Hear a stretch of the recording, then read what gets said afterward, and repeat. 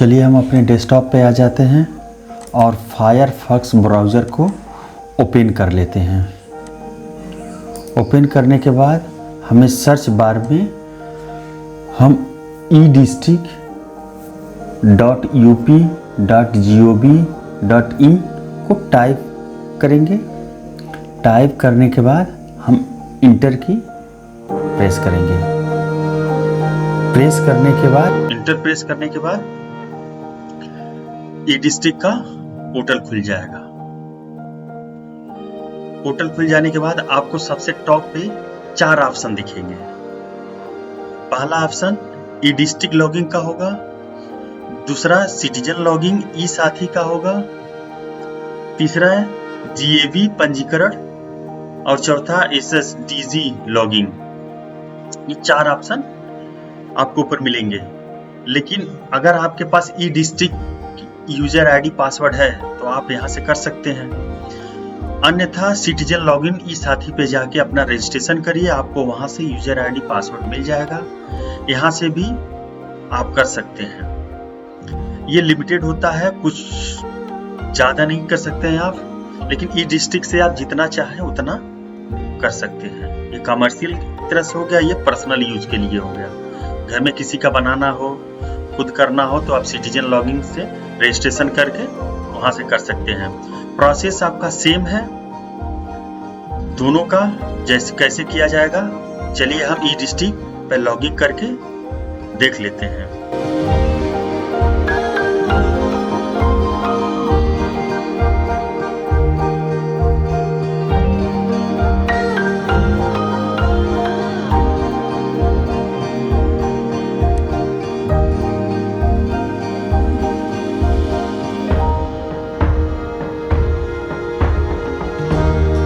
ये हमारा आ गया लॉगिंग टू ई-डिस्ट्रिक्ट।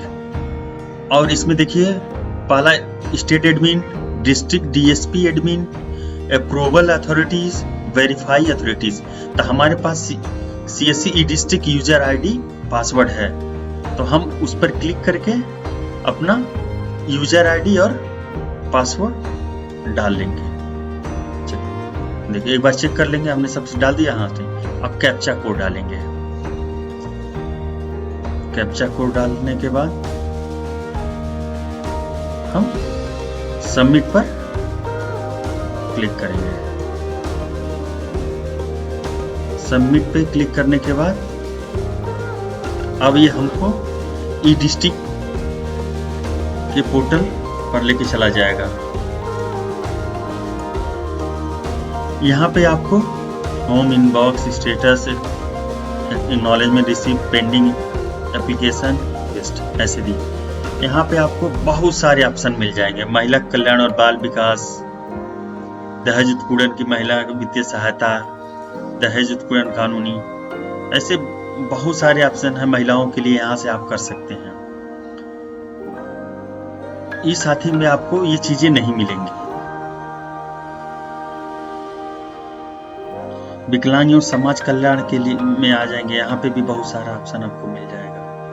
विकलांग के लिए भी ऋण हेतु आवेदन के लिए कर सकते हैं। विकलांग आप एक एक चीजें आप देख सकते हैं, इसमें कितना ऑप्शन देख रखा है, आप क्या क्या कर सकते हैं। बहुत लोगों को जानकारी नहीं है, बहुत लोग ये चीजें नहीं कर पाते हैं। राजस्व एवं पंचायती राज विभाग, यहाँ सब खतौनी वगैरह निकाल सकते हैं, जो आप कचहरी से निकालेंगे आप यही घर बैठे निकाल सकते हैं। चलिए हम ऊपर आ जाते हैं प्रमाण पत्र में, क्योंकि हमको आय प्रमाण पत्र बनाना है। तो ऊपर वाले ऑप्शन में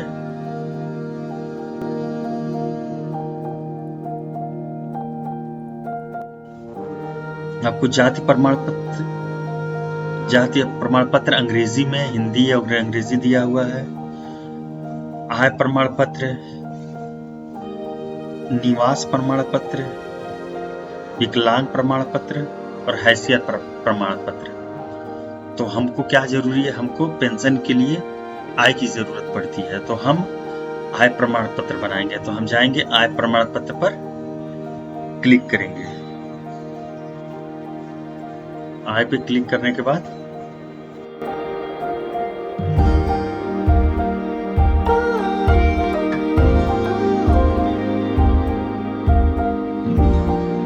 ये हमें आयकर प्रति हेतु आवेदन पत्र खुल जाएगा। प्रार्थी का नाम हिंदी में, यहाँ पे प्रार्थी का नाम आप हिंदी में लिखना होगा। चलिए हम सेटिंग जो अंग्रेजी में है नीचे लैंग्वेज, उसको हम हिंदी में कर लेते हैं। प्रार्थी का नाम हिंदी में कर दिया। प्रार्थी का नाम जो है हम टाइप कर लेते हैं हिंदी में। टाइप करने के बाद हम अब प्रार्थी का नाम अंग्रेजी में इस पे आएंगे। प्रार्थी का नाम अंग्रेजी में अब हम लिखेंगे। यहाँ से हम चेंज कर लेंगे। अब हम ऊपर हम देख लेंगे कि सेवा का प्रकार क्या है। ग्रामीण, नगरीय, आप ये जरूर देख लीजिएगा। अगर आप शहर के लिए बना रहे हैं तो नगरी सेलेक्ट करना होगा, अगर ग्रामीण के लिए बना रहे हैं तो ग्रामीण सेलेक्ट करना है। तो हमारा ग्रामीण का है तो हम ग्रामीण को सेलेक्ट करेंगे। फिर हम नीचे आ जाएंगे तीसरे, पिता पति संरक्षण का नाम। अब हम देख लें पिता पति और संरक्षण, तो पिताजी हैं तो पिताजी का यहाँ पे नाम लिखेंगे। हिंदी में ही टाइपिंग करना होगा। यहाँ भी उसको चेंज कर लेते हैं, हिंदी कर लेते हैं।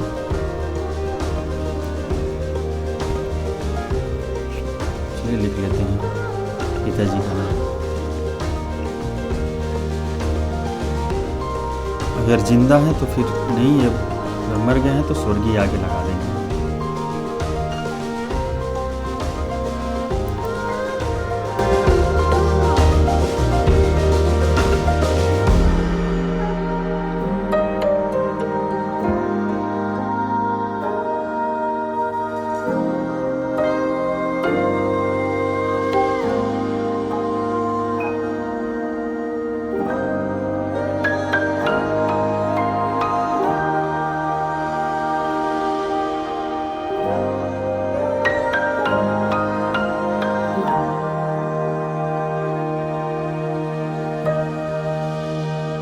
फिर नीचे आएंगे हम माता का नाम।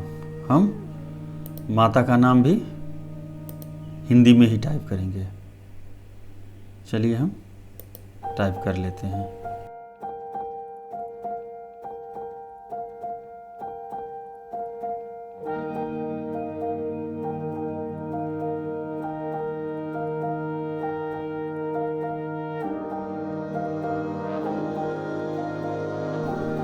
उसका मकान नंबर अगर है तो लिख दीजिए, नहीं है तो कोई दिक्कत नहीं है। मोहल्ला पोस्ट में आ जाइए, इसमें आपको पूरा एड्रेस लिख दीजिए। अगर मान लीजिए गांव में रहते हैं तो विलेज पोस्ट ये सब यहाँ पूरा लिख दीजिए। ज़िला आपका तो आ ही जाएगा, ज़िला वहाँ लिखने की ज़रूरत नहीं है। ज़िला सेलेक्ट हो गया। उसका तहसील कौन सा आपका, तो मान लीजिए आप मेरा तहसील सदर है तो मैं सदर कर दूँगा। आपका भी जो तहसील होगा वहाँ तहसील सेलेक्ट कर लीजिएगा।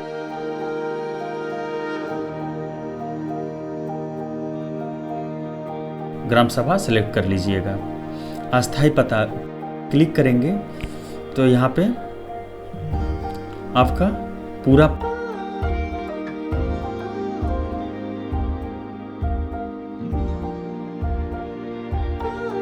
पता यहाँ पे दिखाई देगा। आप इसको ध्यान से पढ़ लीजिएगा, अक्सर ज़्यादा गलती यहीं से होता है ग्राम सेलेक्ट करने में और अस्थाई पता। ज़्यादातर लोगों का हमने देखा है कि गलती यहीं से होता है। उसके बाद मोबाइल नंबर हम यहाँ टाइप कर लेते हैं, जो मोबाइल नंबर होगा।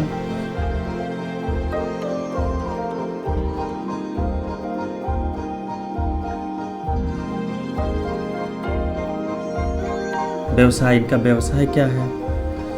व्यवसाय अलग अलग लोगों का अलग अलग होता है। अगर जॉब कर रहे हैं तो वहाँ वो लिखना होगा। छात्र हैं तो छात्र हैं, विद्यार्थी, महिला हैं, गृहिणी हैं तो गृहिणी हम डाल देंगे। गवर्नमेंट जॉब करते हैं तो गवर्नमेंट जॉब यहाँ लिख देंगे। प्राइवेट जॉब कर रहे हैं तो वो लिख देंगे। जो यहाँ पे काम कर रहे हैं हम उनका व्यवसाय यहाँ पे डाल देंगे। डालने के बाद हम नीचे आ जाएंगे। आवेदन को मिलाकर परिवार के सदस्यों की संख्या 13 को हम यहाँ पे परिवार का विवरण जो भरा जाएगा वहाँ संख्या कितना हम दें, आप 1 दे दीजिए।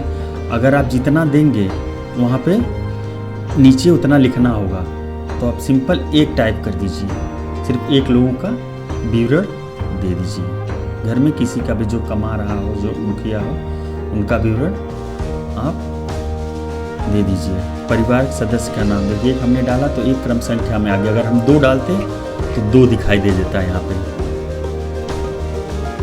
उनका व्यवसाय क्या है, हमने पहले से वहाँ डाला तो यहाँ पे व्यवसाय हम भी डाल देंगे, मजदूरी है। व्यवसाय का है, व्यवसाय का है, हम कुछ भी डालेंगे, वो लेखपाल के ऊपर होता है वो कितना अप्रूव करेगा। 36,000 का हमने डाला है तो ये ज़रूरी नहीं है कि 36,000 ही वो बनाएगा, कुछ और बना सकता है। आय विवरण हेतु आवेदन की श्रेणी, इसमें हमें कुछ नहीं करना है, खेती बाड़ी लिखना होगा तो ये सब आप छोड़ दीजिए। ये मैंडेटरी नहीं है कि हम लिखना ही अनिवार्यता नहीं है इसमें। हम 14(6) में कृषि भूमि का विवरण, यहाँ पे ग्राम सभा हमने ऊपर डाल ही दिया, क्षेत्रफल ये भी लिखनी जरूर। हाँ, आय रुपए में यहाँ जरूर लिख दीजिए। आय हमने 36,000 डाला है तो यहाँ भी हम 36,000 डाल लेते हैं। परिवार की कुल वार्षिक आय हमने डाला ही है 36,000 ही रहेगा। क्या इससे पूर्व जाति प्रमाण पत्र जारी हुआ है? नहीं। अगर हुआ है तब पर भी आप नहीं डालेंगे। अगर हाँ करते हैं तो आपको वो प्रमाण पत्र संख्या यहाँ डालना होगा। चलिए हम दिखा के आपको बताते हैं। हाँ करके, अभी हाँ करेंगे तो आपका पहले का प्रमाण पत्र यहाँ पे मांगेगा। बेशक आपका बना होगा, उसके बाद भी आप नहीं डालिएगा। देखिए हम हाँ करेंगे, यहाँ पे लोड होगा। देखिए प्रमाण पत्र संख्या, हाँ की जगह प्रमाण पत्र संख्या मांग रहा है। ये भी ज़रूरी नहीं है, तो हम नहीं को ही करेंगे। बना होगा पहले तब पर भी हमें इसकी ज़रूरत नहीं है, हम नहीं कर देंगे। नहीं करने के बाद इसे राशन कार्ड संख्या परिवार आईडी है तो डालिए, नहीं है तो नहीं डालिए। ये भी कोई ज़रूरी नहीं है। ये भी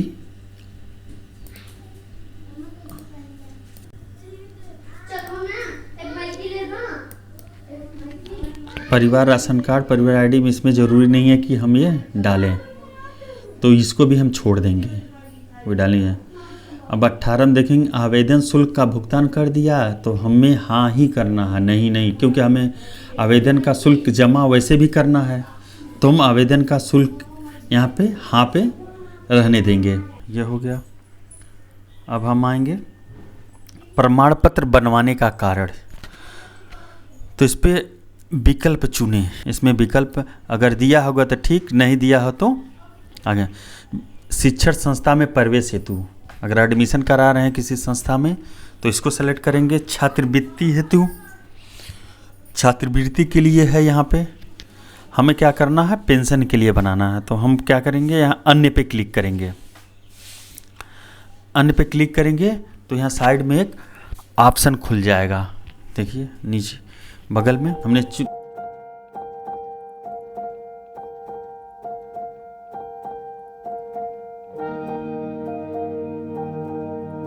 अब यहाँ मैक्सिमम 100 कैरेक्टर्स आर अलाउड।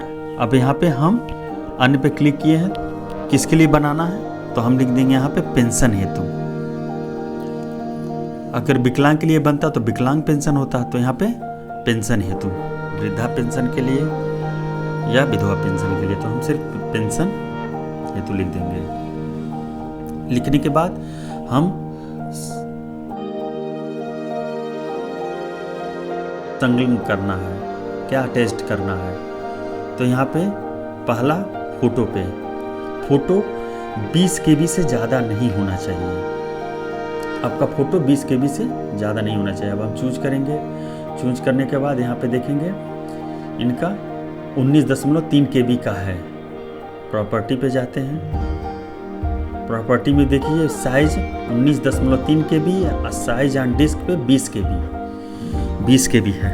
तो हम इसको कर लेंगे 20 KB से ज़्यादा नहीं होना चाहिए फ़ोटो का साइज। हम इसको अपलोड कर लेते हैं।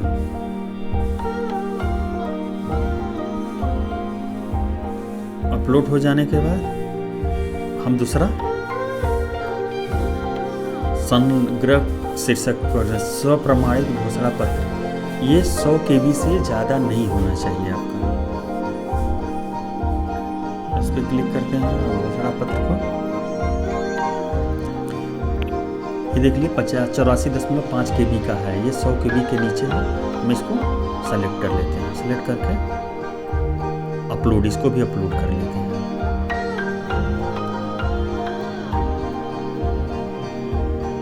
अपलोड कर लेते हैं।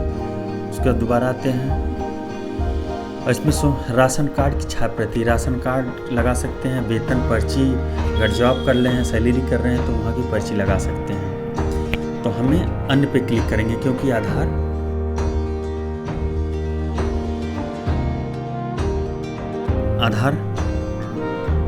हमको लगाना है। तो आधार के लिए आधार का ऑप्शन नहीं दिया है तो हम अन्य पे क्लिक करेंगे, ये भी साइड में खुल के आ जाएगा और यहाँ पे आधार लिख देंगे। आधार लिखने के बाद हम इसको ब्राउज करेंगे। ब्राउज करने के बाद ये भी 100 KB से ज़्यादा नहीं होना चाहिए। इस पर देखते हैं तो 97.3 KB का है। हम इसमें इसको भी अपलोड कर लेते हैं।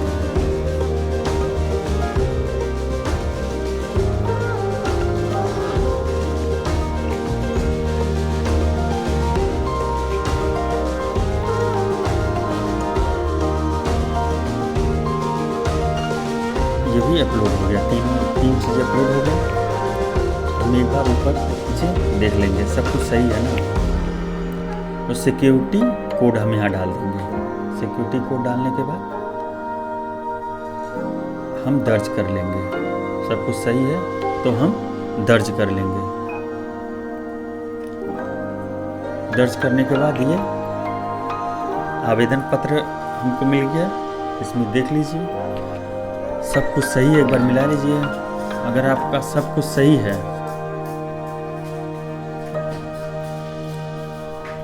तो आपको यहीं से डायरेक्ट पेमेंट कर दीजिए। अगर कुछ गलत हो तो नीचे आ जाइए, इसको प्रिंट कर लेते हैं। प्रिंट करके इसको सेव कर लेते हैं। आए है तो आए लिख के हम सेव कर लेते हैं। ये सेव हो गया। हाँ, अगर कोई गलती यहाँ से दर्ज करेंगे, दर्ज करने के बाद हम पेमेंट पे चले जाएंगे। आवेदन संशोधित करें। अगर आपका इसमें से कुछ भी गलती हो तो हम आवेदन संशोधन कर सकते हैं। तो सब कुछ सही है, आपने देख लिया।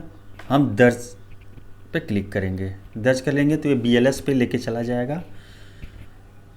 जहाँ से हमने ID लिया है उस ID पे ये लेके चला जाएगा। सहज जन सेवा करने का रहता BLS की ID है तो BLS पे लेके चला गया। चलिए हम इसको लॉगिन कर लेते हैं।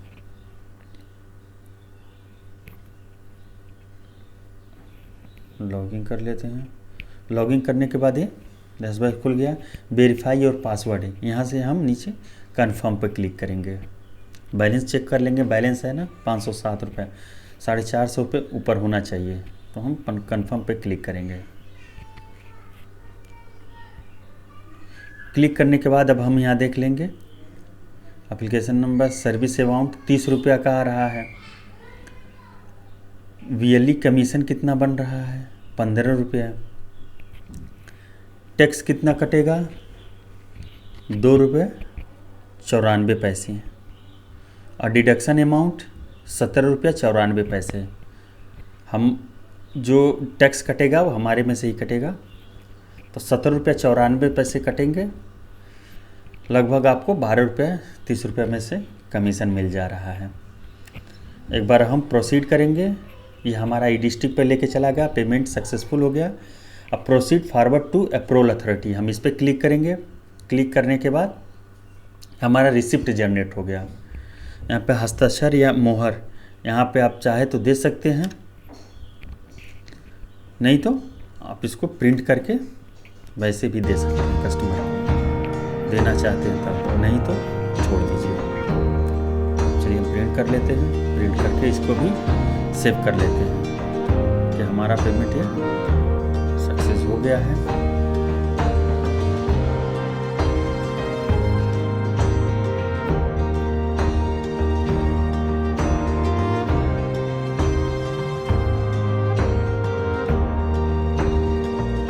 अगर पहले से आप कोई आवेदन किए हुए वैसे पेंडिंग में पड़ा है तो वो पेंडिंग में ही रहता है। देखिए इनकम में, इनके पे हम क्लिक करते हैं, इनका कुछ नहीं है, पहले का है एक।